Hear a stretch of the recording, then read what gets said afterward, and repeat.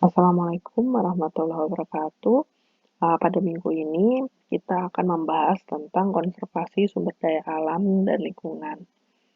Nah, eh, pengertian kegiatan konservasi sumber daya alam hayati ini adalah pengelolaan sumber daya alam hayati yang pemanfaatannya dilakukan secara bijaksana untuk menjamin kesinambungan persediaannya dengan tetap memelihara dan meningkatkan kualitas keanekaragaman dan nilainya.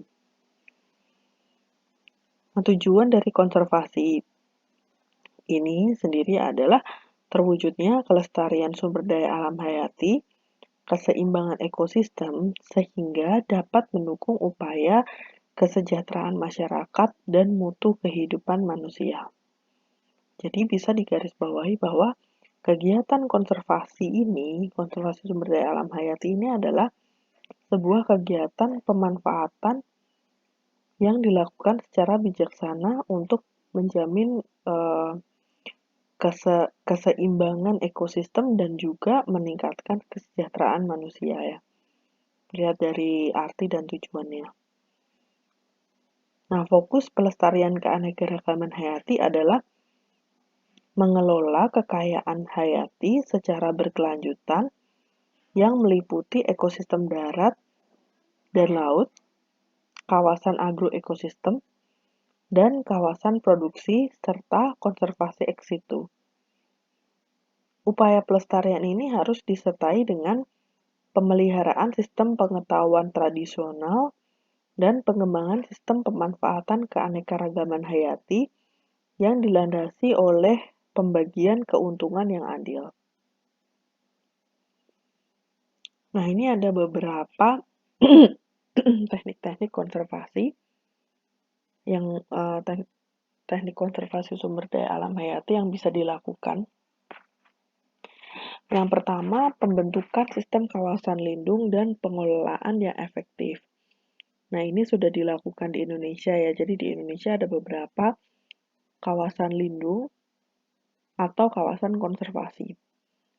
Jadi kegiatan ini berkaitan dengan pencegahan degradasi habitat alami pada keanekaragaman hayati spesies dan genetik dalam rangka mengatasi tingginya erosi keanekaragaman hayati dengan cara yang pertama, merealisasikan sistem kawasan lindung terpadu yang mewakili semua habitat daratan dan lautan. Kemudian, meningkatkan partisipasi masyarakat terhadap taman nasional dan kawasan perlindungan melalui proyek daerah penyangga. Jadi, partisipasi masyarakat ini sangat penting untuk dilakukan di kawasan konservasi ya.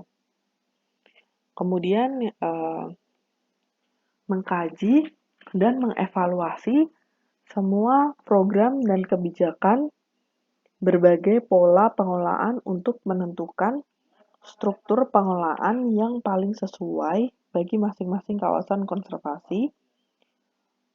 Kemudian, desentralisasi wewenang dan memberikan tanggung jawab yang lebih besar dalam pengelolaan kawasan lindung pada pemerintah daerah, masyarakat, dan lembaga swadaya masyarakat.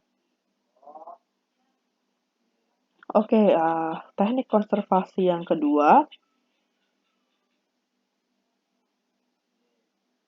adalah pelestarian keanekaragaman hayati di kawasan agroekosistem dan sistem produksi.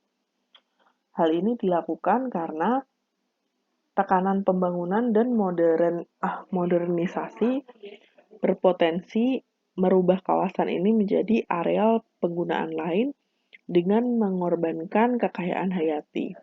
Untuk menanggulanginya, upaya yang dapat dilakukan adalah yang pertama, mendokumentasikan praktek agroekosistem, terutama yang belum terdokumentasi dengan melestarikan keanekaragaman hayati dengan tujuan memadukannya dalam pola produksi pertanian nasional. Jadi sistem agroekosistem ini suatu pemanfaatan kawasan yang berbasis masyarakat. Jadi karena tekanan pembangunan dan modernisasi yang sangat tinggi, kemudian pertambahan penduduk, tekanan ekonomi, itu membuat mau tidak mau kita memanfaatkan sumber daya alam yang tersedia. Nah, agar tetap terjaga pelestariannya, nah dilakukan praktek-praktek agroekosistem.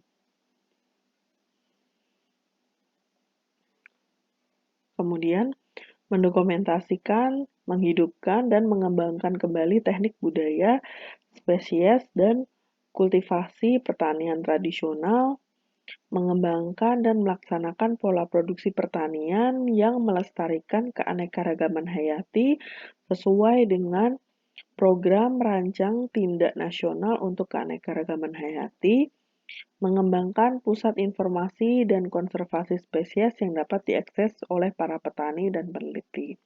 Jadi di dalam agro ekosistem ini petani dapat mendapatkan hasil dari tanamannya tetap tanpa merusak keanekaragaman hayati yang sudah berada di dalam area lahan tersebut. Kemudian yang ketiga, pelestarian keanekaragaman hayati secara ex situ. Jadi karena ada permasalahan punahnya beberapa spesies yang dikarenakan eksploitasi berlebihan, kemudian kurangnya rehabilitasi penangkaran, peternakan hewan maupun tanaman liar. Untuk mengatasi hal ini diperlukan upaya-upaya seperti penetapan spesies yang secara hukum dilindungi. Jadi di Indonesia sendiri ada sekitar 583 spesies yang secara hukum dilindungi. Kemudian meratifikasi CITES atau Convention on Trade in Endangered Species dan melibatkan pihak swasta dalam mengelola beberapa kebun raya untuk pelestarian keanekaragaman hayati.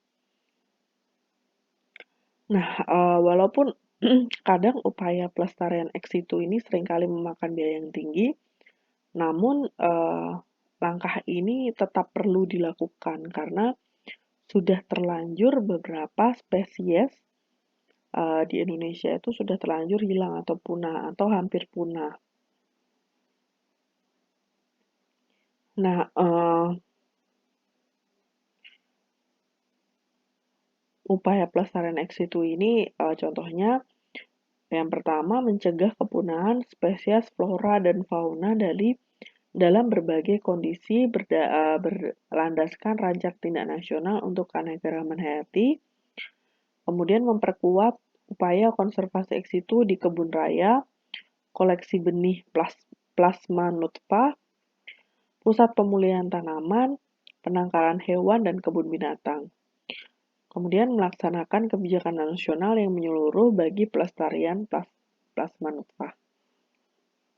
Jadi di beberapa lokasi di Taman Nasional ada beberapa upaya konservasi ex situ di situ.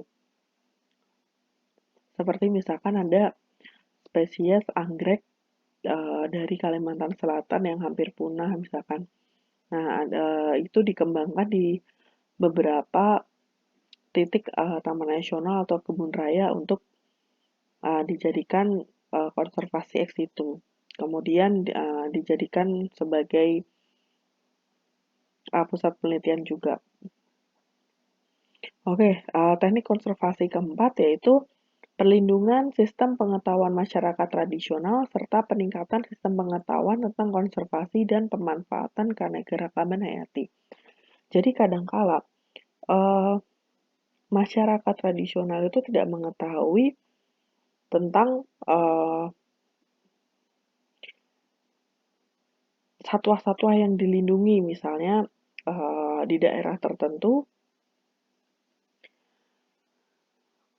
kurang pengetahuan. Jadi di daerah tertentu itu misalkan ikan pari sudah dilindungi, ada beberapa jenis pari tertentu yang dilindungi. Nah, di situ masih ditangkap bebas karena keberadaannya yang masih banyak. Nah, perlu adanya edukasi di daerah itu untuk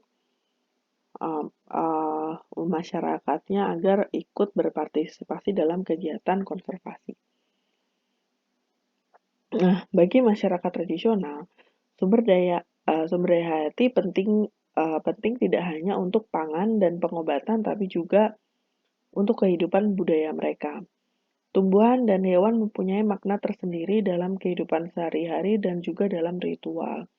Sistem pengetahuan tradisional amat berharga dalam pemanfaatan keanekaragaman hayati di masa mendatang, terutama dalam bidang pertanian dan kesehatan yang sedang mengalami degradasi.